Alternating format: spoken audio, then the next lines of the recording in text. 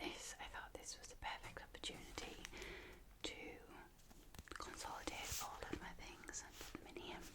I've also got myself a drink today.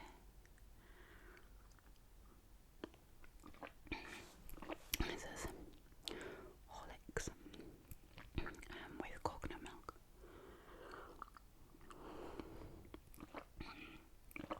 It's a perfect temperature to chug it down.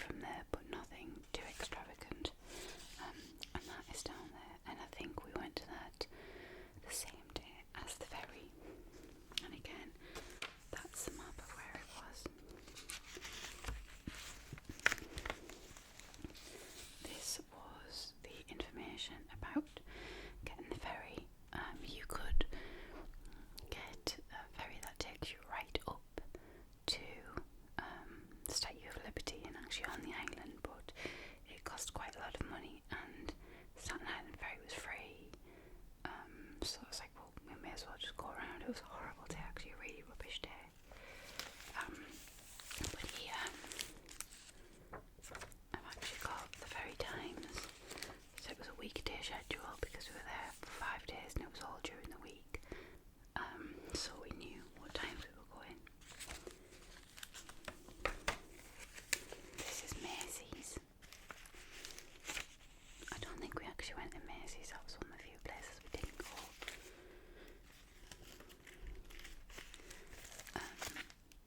This was my West Village stroll, and in it I've got a bit about the Hummingbird Bakery, which I've actually got a cake, like a cupcake book from the Hummingbird Bakery, and it was actually made quite famous by Sex and the City because they went there.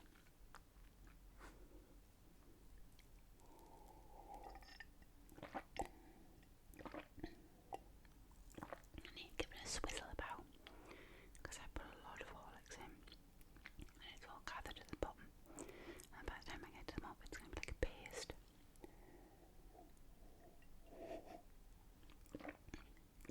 It's not moving.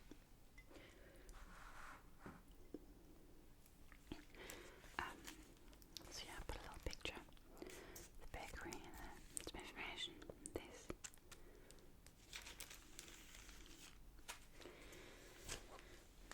was the most useful thing I've ever had. It's still in pretty good nick. This pop-out map. It's got a few tears, but I use this all the time. I had this out constantly. I'd go in my itinerary on a morning, decide where we were going, and then I would write it down, so I knew where we were going on the map. But it's a pop-out map. They're amazing. There's so much information on it. So when you first open it up, you've got the subway system, so you know which ones go where, which were excellent. Then this is the bit I love.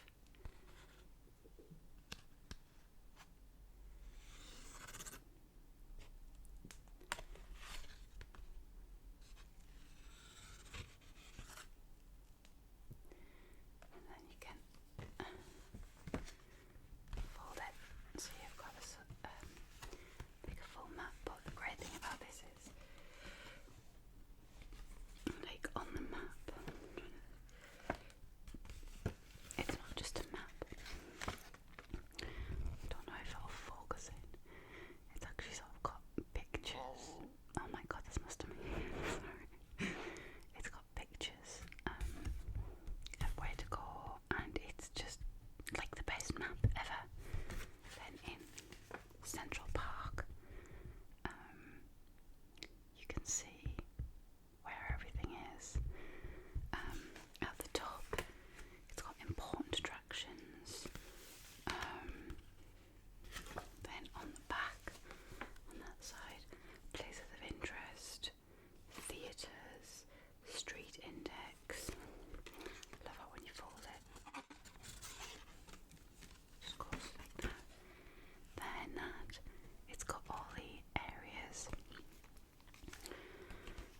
So we were, I think our hotel was in Midtown. I think that's where our hotel was, just below Central Park. There's Tribeca, Soho, Greenwich Village, Financial District, Lower East Side, Spanish Harlem. We didn't even get up there. The furthest we got was in Central Park, and we actually got to the zoo, and that's as north as we got in the city. There's just so much to do there. I've got to go back one day. So that went in there.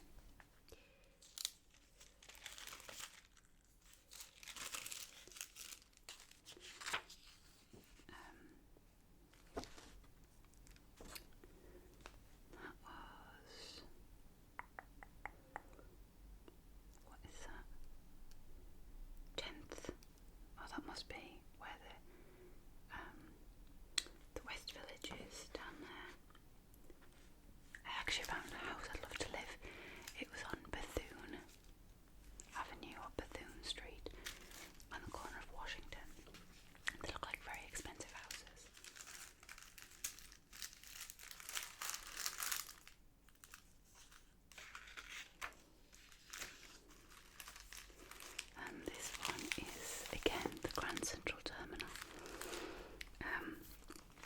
actually wrote in there, visit Campbell apartment on the balcony.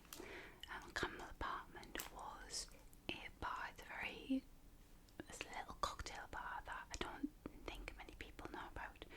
I actually read about it in a magazine. It was the best hidden things in New York. So when we went to Grand Central Terminal, we thought, oh, we'll go there for a cocktail, have a mojito. And when we got there, we got ID'd. And my friend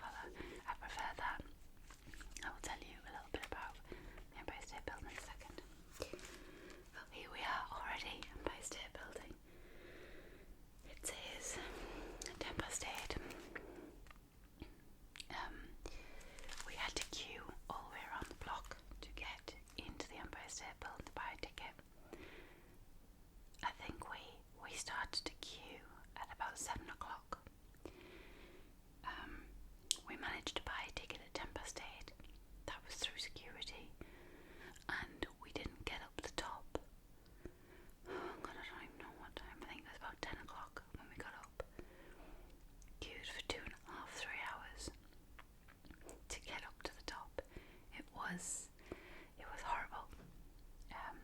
Which is why the Empire State Building is my least favourite building, because it just makes me think of waiting forever, queuing forever just to get up the top.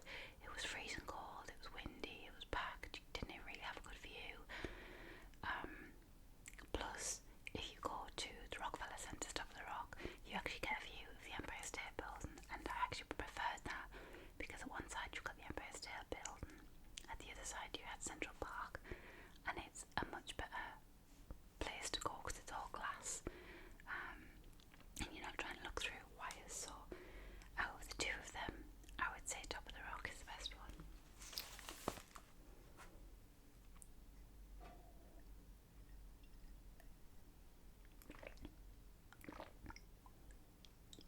Sounds like someone's trying to break in my house.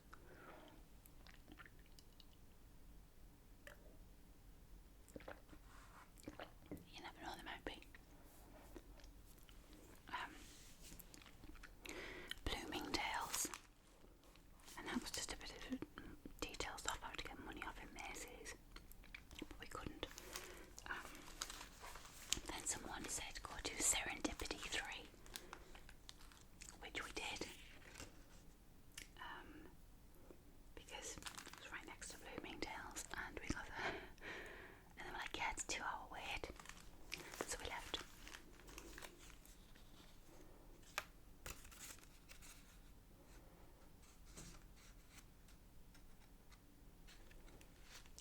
Then there is a list of nearby shops. Some of these shops are Louis Vuitton, Bulgari, Prada, Abercrombie and Fitch, Gucci, Trump Tower, Armani, Omega, Disney, Swarovski, Lindt, Forever 21, and Zara, and of course Tiffany's.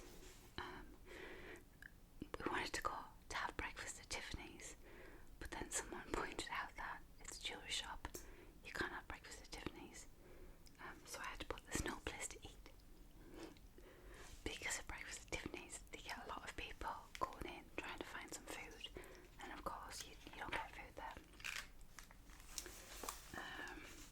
The next one is to get a good view of the city. So you walk across the Brooklyn Bridge and you can take photos from there, and that is sort of like the classic view that everyone gets. While we're over there, obviously we'll get a bit peckish, so there was a place called Grimaldi's.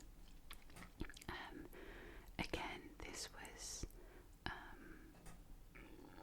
it's me, honey. I'm so sorry for all the noises. This is creaking. My stomach is going mental. Grimaldi's, I heard about in a magazine. Said they make the best pizzas in New York. It was in Brooklyn. So I actually put a map there, but because it was quite odd when you walk down there, I also put a picture map, and that was where Grimaldi's was. The next thing was the zoo. I loved the zoo, it was so good. This was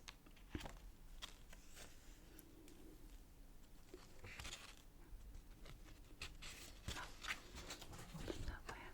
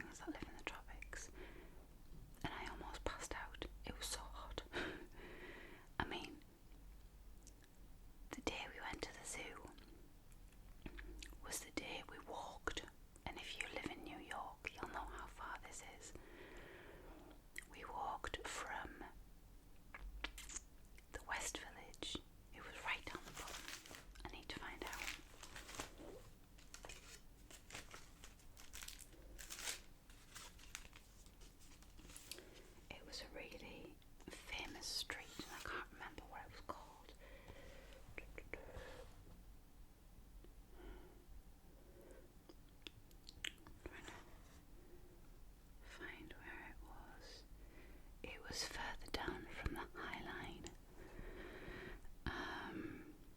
I'm trying to find whether... Oh, right, okay, the High Line's there. I think it was 10th, Bedford, Charlton, Clarkson, Hudson.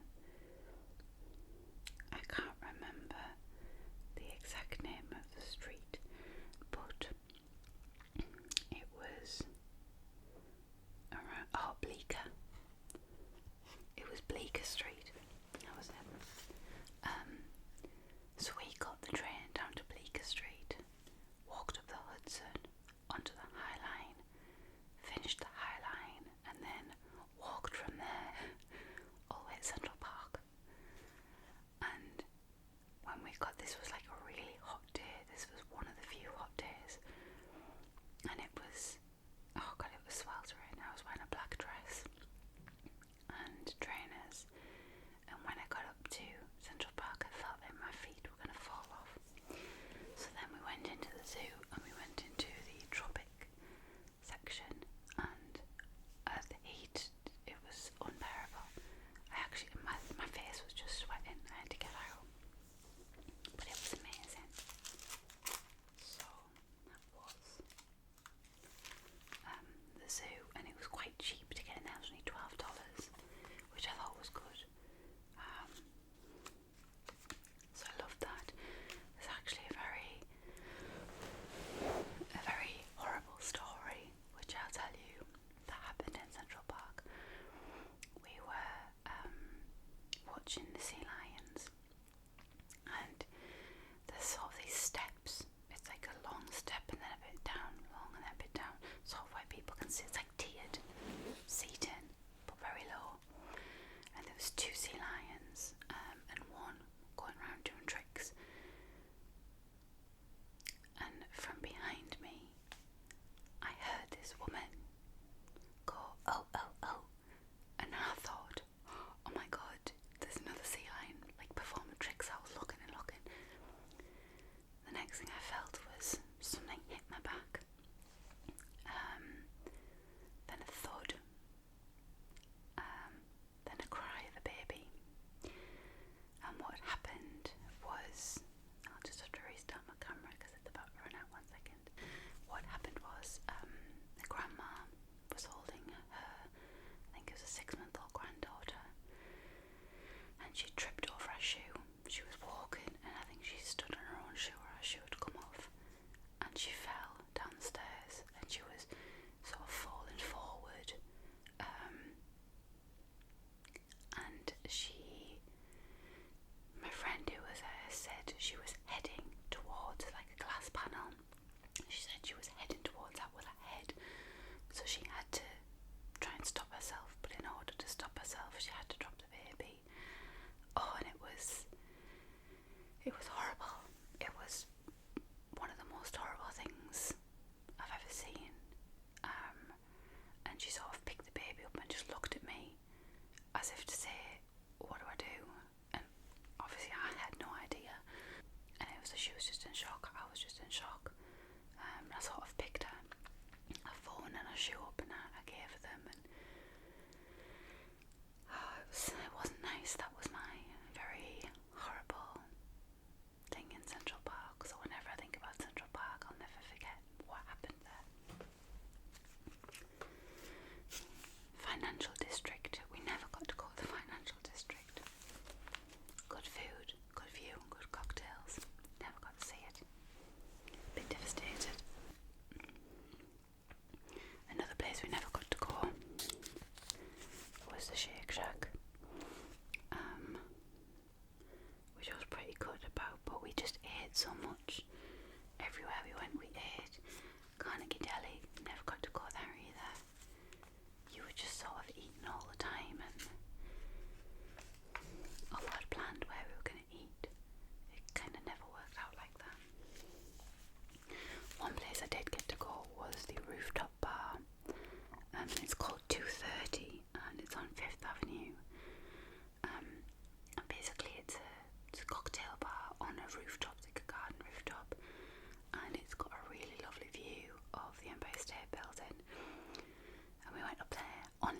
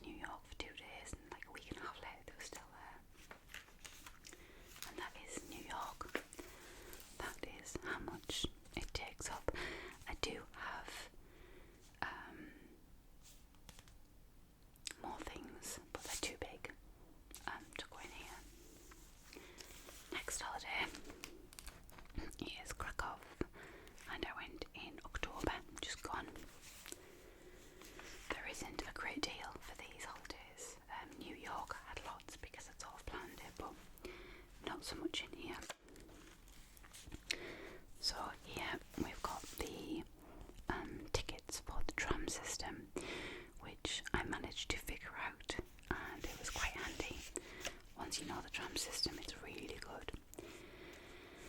Then here was the museum. I think this was Schindler's Museum. Really, really interesting to see the effect he had with his factory during the war.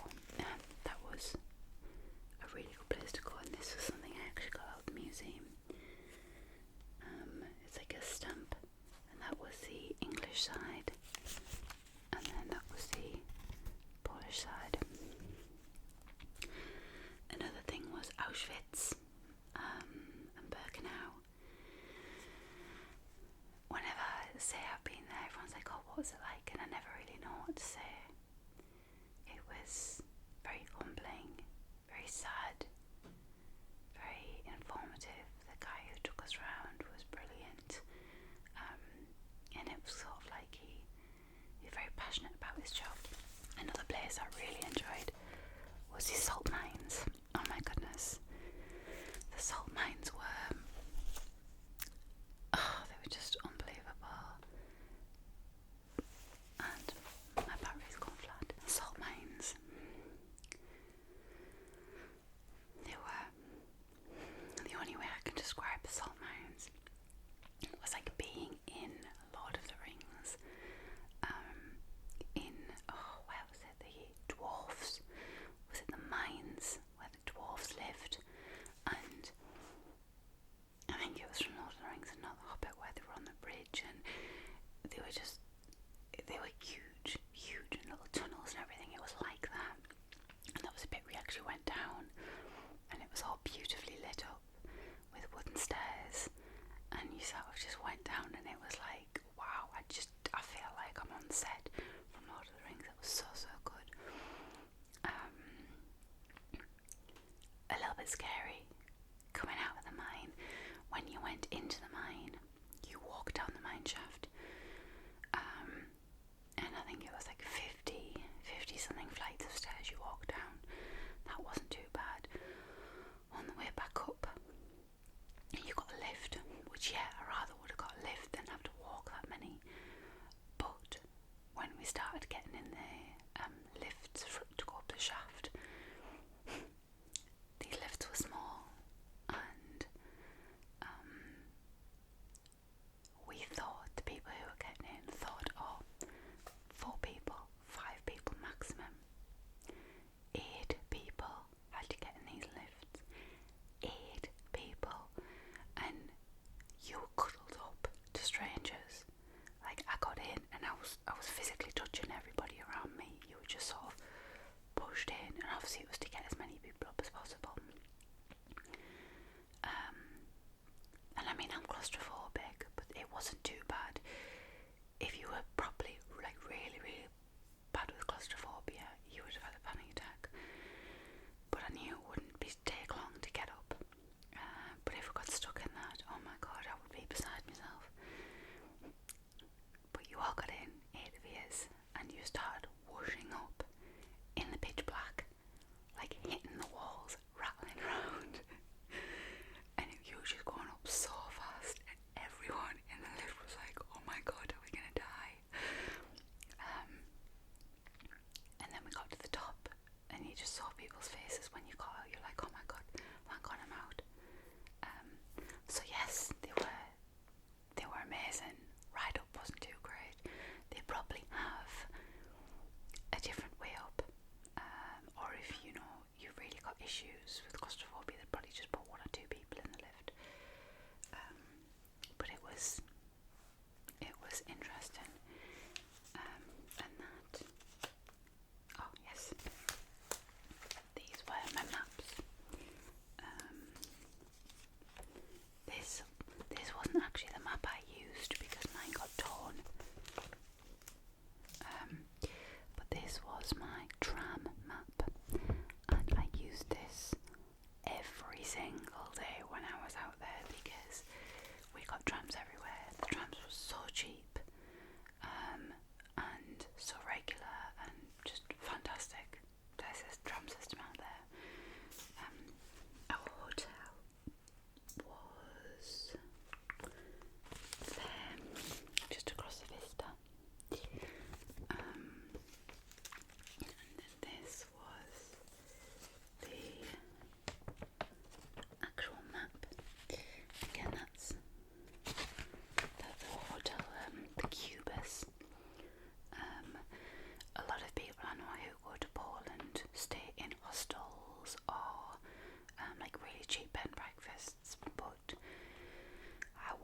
to be a super relaxing holiday, and I wanted it to have a pool and a spa and to be a bit luxurious. And because it was Poland, I could kind of afford to do that because the hotels were not that expensive over there. If you've been to Poland recently, you know it's quite cheap. So we stayed in the Cubis, and it had a swimming pool on the roof. Well, not on the roof, on the top floor, surrounded by glass. It was lovely. And I quite often walked. You could get a tram, or you could walk from there to there in probably about 25 minutes, I think. I quite often got a tram though, because I was unfortunate enough to have gastroenteritis when I went to Poland, which was so much fun. Next one, I don't even think there's much point showing you this page because I'm going to have to blur the whole thing out, was Vegas. I've got, I'll show you this. That is a seagull. Apologise. That was my luggage tag from Delta. And then I've got all my tickets. I went from Manchester to Atlanta to Vegas and then back. We were actually meant to get a direct flight from Vegas to Manchester, and we didn't. And when we found out, we weren't very happy. Here are some of the places we went. So here's nightclub. We actually went on that night. Wieliczka was there. One of the most amazing experiences of my life. Where I'm from, you don't really get massive world famous acts in your local nightclub. I mean, yes, you can go to Newcastle and see someone perform, but that's different to having somebody come to a nightclub and be in nightclub entertainment. But we got there, got a drink. We got there really late actually. I think it was like 1 o'clock in the morning. We got out, got there, got a drink, and within 10 minutes Wycliffe was on, and I was just like, this is surreal. This is the most amazing thing ever. Singing along, oh, it was so good. Like singing all his old stuff, new stuff. It was so good, so good. That was the nightclub in our hotel. The bank, we stayed at the Bellagio. Unfortunately, me and my friend caught something. Now, when we went to Hayes, we got very drunk, like stupendously drunk. And we originally thought we had a hangover for 2 days, but it turned out it wasn't. We had something else, we caught something else, and we were really poorly. And she managed to get rid of hers, but I didn't. I kept whatever I had, and I wasn't very well. And I drank, I think it's called Emetrol. I think I've actually got the receipt in here from memory.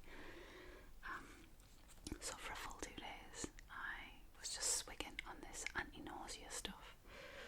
The CSI Museum, I love CSI. Haven't watched it in a long time, but I used to watch it all the time. Obviously CSI Vegas, the original one. That was fantastic. Madame Tussauds. There are photographs of me at Madame Tussauds looking, I don't even look hungover. I look like The Walking Dead. But that was the day we actually got up and went out, and we were either still drunk or horrendously hungover. But Madame Tussauds was fantastic. Then just a ride, it was like a little tram that you could get. Then Skydancer, when I went on the helicopter, and we went to the Grand Canyon. I totally forgot its name there. We got a helicopter into the Grand Canyon, had some lunch. We'll never forget that trip, ever. If I ever talk about phobias or issues like that, I will tell you the story of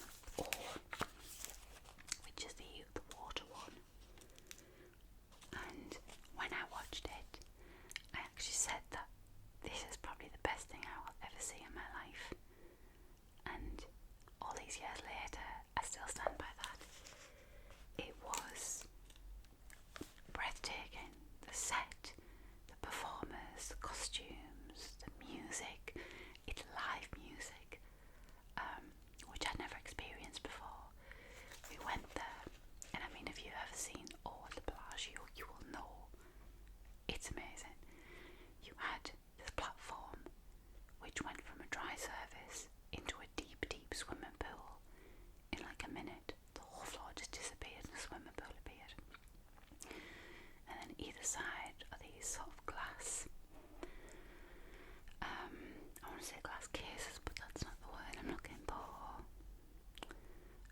Like a booth, and the singers were in there, and they were singing live during the show, and it was incredible, absolutely incredible. Obviously I've seen an orchestra, but I've never seen somebody sing live on the night. And in there, got my little tickets. Then we went to see another Cirque du Soleil show, and we didn't really look into what they were. So we went to see Humanity, which by the front you should know what it was about. My little stub in there. Humanity was a little bit like an acrobatic softcore porn show, and we went in and we were like, oh my god, what are we watching? Amazing, amazing. But we weren't expecting it. And when we went in, the front seats were all double seats, and they were all filled with rich Japanese businessmen. But oh my god, such an amazing show. Doesn't even touch awe, but it was amazing. But yeah, there was another one. I can't remember the name of it, but it was one based on like earth materials and sand, and we were gonna go and see that one, but the hotel that it was at was way up the strip. So we went to this Humanity because it was in New York.